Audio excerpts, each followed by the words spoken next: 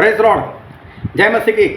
मैं स्टैनली मैकवान, मेरे YouTube channel Hindi Gujarati Bible study में आपका स्वागत है। मेरे चैनल को आज अभी इसी वक्त आप सब्सक्राइब कर लीजिए और परमेश्वर के ज्ञान में आप बढ़ते जाओ। कौन कहता है जादू टोना आपके ऊपर असर नहीं करेगा? मैं बोलता हूँ आप जादू टोना से मर जाओगे। जादू टोना बहुत खतरनाक है, उससे डरते रहो। ये जादू टोना में फंसने जैसा है नहीं, मर जाओगे। अगर किसी ने आपके ऊपर जादू टोना कर दिया तो मैं पक्का बोलता हूँ आप मर जाओगे। आप जादू टोना से डरो, बीमारियों से डरो। बीमारी आपको ख़त्म कर सकती है। Diabetes, blood pressure, thyroid, heart की बीमारियाँ, ये सब कुछ आपको ख़त्म कर देगी। वायरस आपको ख़त्म कर देगा। आपको कोई नहीं बचा सकता। ये मत समझो कि परमेश्वर प्रभु यीशु वो मुर्दे को जिंदा कर देते और इसलिए मैं बीमारी से ना डरूं, मैं बचाया जाऊंगा। नहीं, मरोगे आप। चाहे प्रभु यीशु मुर्दे को जिंदा कर सकते हो, लेकिन मैं बोलता हूँ आप मरोगे। बीमारों से डरो, जादू टोना से डरो, अपने दुश्मनों से डरो। दुश्मन आकर आपको कभी भी ख़त्म कर सकता है। जहर से डरो। अगर जहर पी लिया, किसी ने पिला दिया तो आप मर जाओगे। वो तो लोग गलत सिखाते हैं कि अगर आप जहरीली चीज़ें पी जाओगे, खा जाओगे तो अभी आप नहीं मरोगे। ये गलत शिक्षा है। जादू टोना आपके ऊपर असर नहीं कर सकता, ये गलत शिक्षा है। बीमारी आपको कुछ नहीं कर सकती क्योंकि परमेश्वर चंगाई देने वाले परमेश्वर है। मैं बोलता हूँ ये गलत शिक्षा है। इस सभी बातों से डरो, नहीं तो मरोगे। क्यों? आज मैं बाइबल की सच्ची शिक्षा आपके सामने रखने के लिए जा रहा हूँ। मेरे साथ इस वीडियो में लगातार अंत तक बने रहो।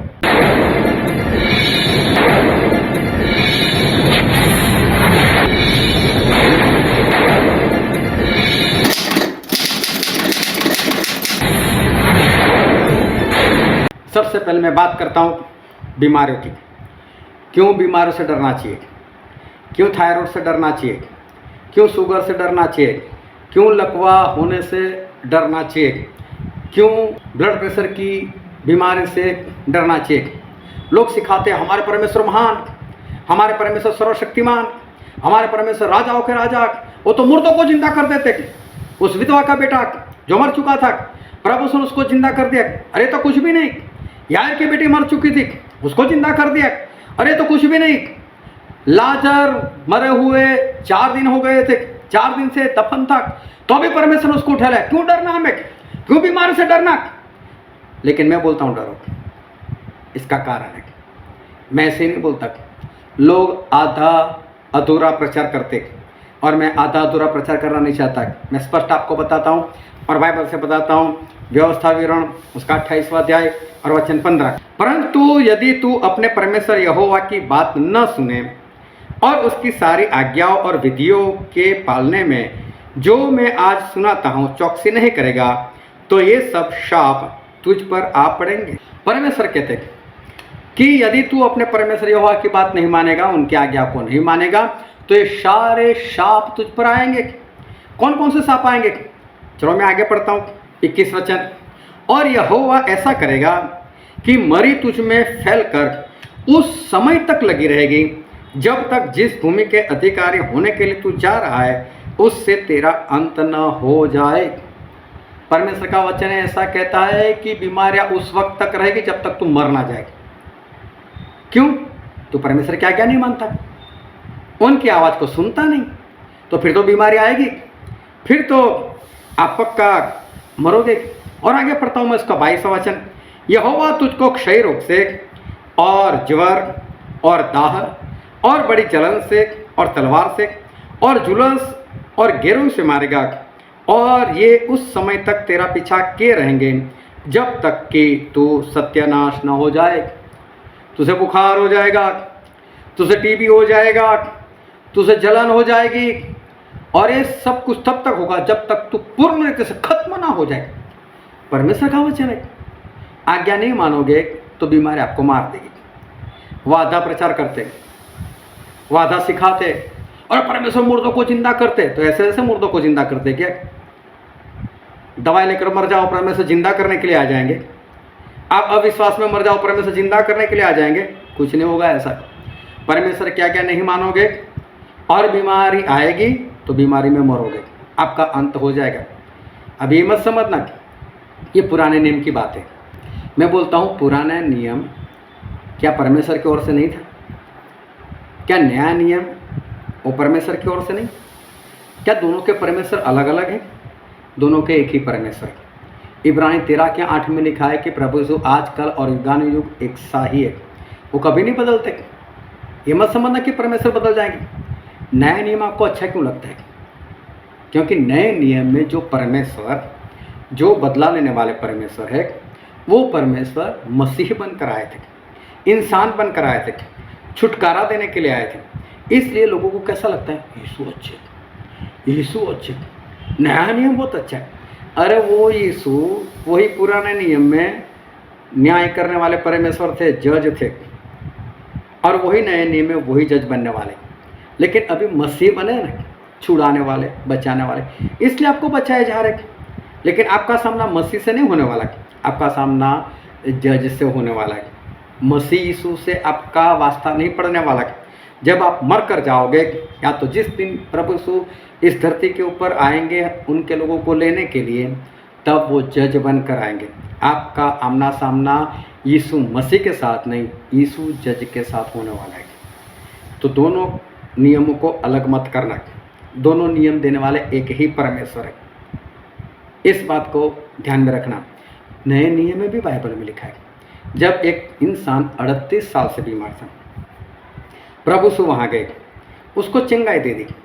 मालूम उसके बाद वो तो चला गया, लेकिन प्रभु यीशु उसके पीछे पीछे गए, और पीछे पीछे जाने के बाद प्रभु यीशु उसको क्या बताया, प्रभु यीशु उसको क्या समझाया। एक वचन में पढ़ता हूँ, यूहन्ना उसका 5वां अध्याय वचन 14। इन बातों के बाद यीशु उसको मंदिर में मिला, तब उसने उससे कहा, देख तू तो चंगा हो गया है, फिर से पाप मत करना, ऐसा ना हो कि इससे कोई भारी विपत्ति तुझ पर आ पड़े। अब पाप मत करना, पहले पाप किया था इसलिए फंसा था, इसलिए बीमारी आई थी। मैंने तेरे पाप माफ़ कर दिए, और अब पाप मत करना वरना बीमारी में मरेगा। ये तो नए नियम की भी बात है। वही यीशु है जो पुराने नियम में थे। एक बार एक लकवा वाला प्रभु यीशु के पास लेकर आए गए, और मत्ती उसके 9वें अध्याय में सारी बात लिखी। तो प्रभु यीशु ने उसको क्या बोला मालूम है? चलो एक वचन मैं आपके सामने पढ़ता हूँ, मत्ती उसका 9वां अध्याय वचन 2। और देखो, कई लोग एक झोले के मारे हुए को खाट पर रखकर उसके पास लाए। यीशु ने उनका विश्वास देखकर उस झोले के मारे हुए से कहा, हे पुत्र, ढाढ़स बांध, तेरे पाप क्षमा हुए, तेरे पाप क्षमा कर दिए गए। तो वहाँ जो फरीसी, याजक, शास्त्री लोग थे, वो लोग हैरान हो गए, ये कौन होता है पाप माफ करने वाला? तो उन लोगों ने अंदर विचार किया। और आगे मैं पढ़ता हूँ, और देखो, कई शास्त्रियों ने सोचा कि यह तो परमेश्वर की निंदा करता है। यीशु ने उनके मन की बातें मालूम करके कहा कि तुम लोग अपने अपने मन में बुरा विचार क्यों करते हो? सहज क्या है, यह कहना कि तेरे पाप क्षमा हुए, या यह कहना कि उठ और चल फिर? सहज क्या है? पहले पाप माफ करना और फिर बीमारी दूर होती है। तो पहले पापों की क्षमा चाहिए। अभी लोग बस इतना सिखाते हैं, परमेश्वर बीमार को चंगा करता, ये वो फलाना ढिमका। अरे ये वो तो यहोवा राफा है। कहाँ लिखा है यहोवा राफा? आपने पढ़ा? आपके बाइबल में लिखा है यहोवा राफा? मैं बताता हूँ कहाँ पर लिखा है। वो इब्रानी बाइबल में लिखा है, और वो लिखा है निर्गमन का पुस्तक उसका 15 अध्याय और वचन 26। मैं पढ़कर बताता हूँ। यदि तू अपने परमेश्वर यहोवा का वचन तन मन से सुने और जो उसकी दृष्टि में ठीक है वही करे, और उसकी आज्ञाओं पर कान लगाए और उसकी सब विधियों को माने, तो जितने रोग मैंने मिस्रियों पर भेजा है उनमें से एक भी तुझ पर न भेजूंगा, क्योंकि मैं तुम्हारा चंगा करने वाला यहोवा हूँ। यहाँ पर लिखा है मैं तुम्हारा चंगा करने वाला यहोवा हूँ। लेकिन लोग इतना ही पढ़ाते, या तो इतना ही बोलते, वो चंगा करने वाले यहोवा है, वो चंगा करने वाले परमेश्वर। अरे ऐसा नहीं लिखा, उसके पहले लिखा हुआ है कि तू परमेश्वर की आवाज़ को तन मन से सुनेगा और तू उनकी आज्ञाओं को मानेगा, तो ऐसा होगा। अगर आप परमेश्वर की आज्ञा नहीं मानते, परमेश्वर का वचन नहीं सुनते, तो मैं बोलता हूँ आप मरोगे। बीमारी से डरो, बीमारी आपको ख़त्म कर देगी। किसी ने जादू टोना किया, मर जाओगे आप। किसी ने आपके ऊपर जादू टोना किया है, आपके परिवार में किसी के ऊपर किया है, पक्का मरोगे, आप मर जाओगे। जादू टोना से डरो सही में। क्यों? वो तो लोग गलत प्रचार करते हैं, याकूब के ऊपर कोई जादू टोना काम नहीं करेगा। कहाँ लिखा है ऐसा? चलो मैं आपको पढ़कर बताता हूँ। गिनती का पुस्तक 23वां अध्याय वचन भी 23। निश्चय कोई मंत्र याकूब पर नहीं चल सकता और इज़राइल पर भावी कहना कोई अर्थ नहीं रखता, परंतु याकूब और इज़राइल के विषय में अब यह कहा जाएगा कि ईश्वर ने क्या ही बड़े काम किए। देखो यहाँ पर कितना स्पष्ट लिखा है कि याकूब पर, इज़राइल के ऊपर कोई जादू टोना काम नहीं कर सकता। सही बात है, इज़राइल के लोग होने चाहिए। इज़राइल मतलब जिसके लिए परमेश्वर युद्ध करते हैं। और मालूम है इज़राइल कहाँ से है? सबसे पहला जो ज्यूस यहूदी हो गया वो है अब्राहम। अब्राहम से हुआ इसहाक, इसहाक से हुए याकूब। परमेश्वर ने अब्राहम को बोला था तू और तेरी संतान आशीषित होंगे। तो अब्राहम की संतान इस्माइल थी, आशीषित हुआ। उसको आशीष मिली? नहीं मिली। उसको निकाला गया। बोले तेरा वारिस नहीं होगा, निकाल दे इसको। निकाला गया। और फिर इसहाक, उसके दो बेटे थे, याकूब और एसाव। क्या एसाव आशीषित हुआ? वो भी तो नहीं है। आपके काम अब्राहम के समान होने चाहिए। सच्चा इज़राइली कौन है? एक वचन में पढ़कर बताता हूँ, रोमिया का अध्याय 9 और 6 से 8। परंतु यह नहीं कि परमेश्वर का वचन टल गया, इसलिए कि जो इज़राइल के वंश है वे सब इज़राइली नहीं, और न इब्राहिम के वंश होने के कारण सब उसकी संतान ठहरे, परंतु लिखा है इसहाक ही से तेरा वंश कहलाएगा। अर्थात शरीर की संतान परमेश्वर की संतान नहीं, परंतु प्रतिज्ञा के संतान वंश गिने जाते। जो परमेश्वर की प्रतिज्ञा के अनुसार है, जो परमेश्वर के वचन के अनुसार चलता है, वो अब्राहम की संतान। और वो अब्राहम की संतान तो वो इज़राइल के, उसके ऊपर जादू टोना काम नहीं करेगा जो अब्राहम के विश्वास में चलेगा। ऐसा विश्वास, क्या आपको परमेश्वर बोले तेरे बेटे की बलि दे तो देने के लिए जाओगे? आप तो खुद अपने आप से डरते हो। हल्का सा बुखार आया नहीं और अस्पताल में भाग गए, आप क्या खाक बलि दोगे? और एक वचन पढ़कर बताता हूँ, गलाती 3 अध्याय 29 वचन। और यदि तुम मसीह के हो तो अब्राहम के वंश और प्रतिज्ञा के अनुसार वारिस भी हो। अगर आप मसीह के हो, मसीही नहीं, मसीही धर्म मानने वाले नहीं, मसीह के हो। अगर मैं मसीह का हूँ तो इसका मतलब मैं किसी और का तो हो ही नहीं सकता। और मैं मसीह का हूँ मतलब क्या? मसीह जो बोलेंगे मुझे करना है, वो मुझे करना पड़ेगा। वो जो बोलेंगे वो मुझे मानना पड़ेगा, तभी तो मैं मसीह का। मैं मसीह आपका हूँ, लेकिन प्रभु मेरे लिए प्रार्थना करने का वक्त नहीं है। ये कैसे मसीह के हो गए? ओ मसीह मैं आपका हूँ, मेरे संगत में जाने का वक्त नहीं, प्रभु बोध लेने का वक्त नहीं। खाक आप मसीह के हो, धोखा देते हो परमेश्वर को। जादू टोना से डरो, मर जाओगे। जादू टोना कोई करेगा ना, आप मर जाओगे। चौराहे पर कुछ रखा हो, उससे दूर रहना। किसी जगह पर ऐसा मत बोला चल दुष्ट आत्मा आ जाएगा आपके पीछे, क्योंकि आप मसीह के नहीं, आप इज़राइल के नहीं। तो डरो जादू टोना से। ये सारे वचन आपके लिए नहीं है, मानने वालों के लिए है। लोग सिखाते हैं आपके जो दुश्मन है एक रास्ते से आएंगे, 7 रास्ते से भाग जाएंगे। डरो मत किसी दुश्मन से, परमेश्वर को मार देंगे। अरे परमेश्वर, वो इज़राइल के परमेश्वर, वो हमारे लिए युद्ध करते। मैं बोलता हूँ गलत है। आप इज़राइल के हो कि परमेश्वर आपके लिए युद्ध करे? क्या परमेश्वर की आज्ञा मानते हो? एक वचन मैं पढ़कर आपको बताता हूँ, और वो है व्यवस्था विवरण उसका 28वां अध्याय 1 और 2 वचन। यदि तू अपने परमेश्वर यहोवा की सब आज्ञाएं जो मैं आज तुझे सुनाता हूँ चौकसी से पूरी करने का चित्त लगाकर उसकी सुने, तो वह तुझे पृथ्वी की सब जातियों में श्रेष्ठ करेगा। फिर अपने परमेश्वर यहोवा की सुनने के कारण यह आशीष तुझ पर पूरे होंगे। तू परमेश्वर की आज्ञा मानेगा तो ये सारी आशीषें मिलेगी। कौन कौन सी आशीष है? उसमें से एक आशीष मैं आपको बताना चाहता हूँ, उसका 7वां वचन। यहोवा ऐसा करेगा कि तेरे शत्रु जो तुझ पर चढ़ाई करेंगे वे तुझसे हार जाएंगे। वे एक मार्ग से तुझ पर चढ़ाई करेंगे, परंतु तेरे सामने से 7 मार्ग से होकर भाग जाएंगे।